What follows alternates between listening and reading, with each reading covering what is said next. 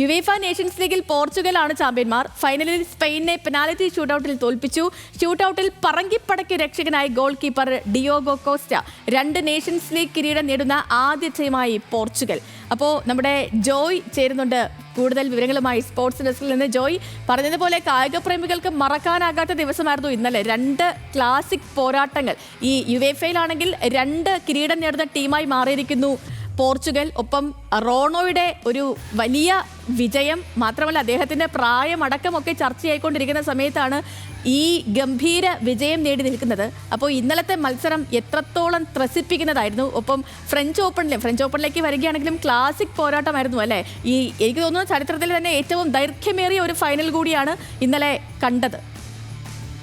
സേതു, അതേ കായിക പ്രേമികളെ സംബന്ധിച്ചോളം ഇന്നലത്തെ രാത്രി വളരെ നിർണായകമായിരുന്നു. അതായത് പ്രധാനമായിട്ടും എടുത്തു പറയേണ്ട യുവേഫ നേഷൻസ് ലീഗിൽ, അതായത് വർഷങ്ങളുടെ ഇടവേളയ്ക്ക് ശേഷം യുവേഫ നേഷൻസ് ലീഗിൽ ക്രിസ്ത്യാനോ റൊണാൾഡോയും അതുപോലെ തന്നെ പോർച്ചുഗലും 2ാമത്തെ കിരീടത്തിലെത്തിയിരിക്കുകയാണ്. അതെന്ന് പറഞ്ഞാൽ വളരെ ചരിത്രപരമായ ഒരു മുഹൂർത്തമായിരുന്നു പോർച്ചുഗൽ ആരാധകർക്കും അതുപോലെ തന്നെ ടീമിനും. അതായത് തുടർച്ചയല്ല 2 കിരീടങ്ങൾ, അതായത് 2 യുവേഫ നേഷൻസ് കിരീടം നേടുന്ന ആദ്യ ടീം എന്ന നേട്ടം പോർച്ചുഗൽ സ്വന്തമാക്കിയപ്പോൾ പോർച്ചുഗലിനെ 2 കിരീടത്തിലേക്ക് എത്തിച്ച റൊണാൾഡോ ആദ്യ നായകൻ എന്നൊരു നേട്ടം കൂടി ഇപ്പോൾ സ്വന്തമാക്കിയിരിക്കുകയാണ്.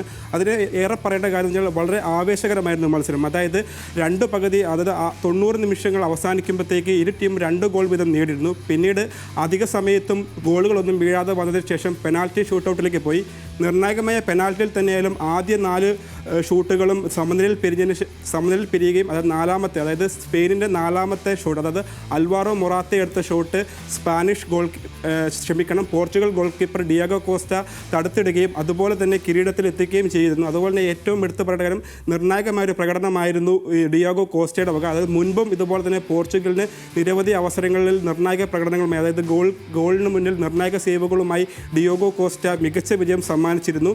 അതുപോലെ തന്നെ റൊണാൾഡോയ്ക്ക് ഇത് 3ാമത്തെ അന്താരാഷ്ട്ര കിരീടമാണ്. അതായത് 40 വയസ്സ് ഇപ്പോൾ റോണോയ്ക്ക് പിന്നിടുമ്പോഴത്തേക്ക് വളരെയേറെ വിമർശനങ്ങളും അതുപോലെ തന്നെ ഒരുപാട് കുറ്റങ്ങളൊക്കെ കേൾക്കേണ്ടി വന്നിരുന്നു. ഇതിനൊക്കെ ഒരു മറുപടിയാണ്. അതായത് സെമിയിൽ വിജയ ഗോൾ നേടി പോർച്ചുഗലിനെ ഫൈനലിൽ എത്തിച്ച റൊണാൾഡോ ഇപ്പോൾ ഫൈനലിലാകട്ടെ, അതായത് 1 ഗോളിന് പിന്നിൽ നിന്ന പോർച്ചുഗലിനെ 61ാം മിനിറ്റിലെ ഒരു ഉശിരൻ ഗോളിലൂടെ വീണ്ടും മത്സരത്തിലേക്ക് തിരികെ കൊണ്ടുവരികയും അതുപോലെ തന്നെ 89ാം മിനിറ്റ് വരെ ടീമിൻ്റെ നിർണായക പ്രകടനം റോണോ കാഴ്ചവെച്ചിരുന്നു. അതുപോലെ തന്നെ റോണോയ്ക്ക് ഒരു ചരിത്ര മുഹൂർത്തമായിരുന്നു. അത് നേരത്തെ പറഞ്ഞ പോലെ തന്നെ ഈ യുവേഫ നേഷൻസ് ലീഗിൽ 2 കിരീടം നേടുന്ന നായകൻ, അതുപോലെ തന്നെ 138 അന്താരാഷ്ട്ര ഗോളുകൾ റോണോ ഇന്നത്തെ മത്സരത്തിലൂടെ തികച്ചിരിക്കുകയാണ്. അതെന്ന് പറഞ്ഞാൽ ഈ ഫുട്ബോൾ തന്നെ ഏറ്റവും കൂടുതൽ അന്താരാഷ്ട്ര ഗോളുകൾ നേടിയൊരു താരം എന്നൊരു റെക്കോർഡ് കൂടി റൊണാൾഡോ ഇപ്പോൾ വീണ്ടും, അതായത് 40ാം വയസ്സിലും ഗോൾ വേട്ട തുടർന്നുകൊണ്ടിരിക്കുന്ന റൊണാൾഡോ ഒരു വിമർശനങ്ങൾക്കും ഒരു നല്ലൊരു മറുപടി കൂടിയാണ് ഈ കിരീടത്തിലൂടെ നൽകിയിരിക്കുന്നത്.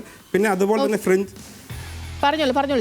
അതുപോലെ തന്നെ സേതു, ഫ്രഞ്ച് ഓപ്പണിൽ അൽക്കാറസ് കിരീടം നിലനിർത്തുന്ന ഒരു സാഹചര്യമുണ്ട്. അതായത് വാശിയേറിയ പോരാട്ടം, അതായത് സിന്നറിനെ പരാജയപ്പെടുത്തിയത് അതായത് ഗംഭീരമായ തിരിച്ചുവരവിലൂടെയാണ്. അതുപോലെ തന്നെ അത് സ്പെയിനിൻ്റെ അതായത് ഫ്രഞ്ച് ഓപ്പണിൽ തുടർച്ചയായ 2 കിരീടം അൽക്കാറസ് നേടുമ്പോൾ തന്നെ കായിക പ്രേമികൾക്കുൾപ്പെടെ വളരെ ആവേശവും അതുപോലെ തന്നെ വളരെ മികച്ചൊരു രാത്രിയായിരുന്നു ഇന്നലെ കടന്നുപോയത് സേതു.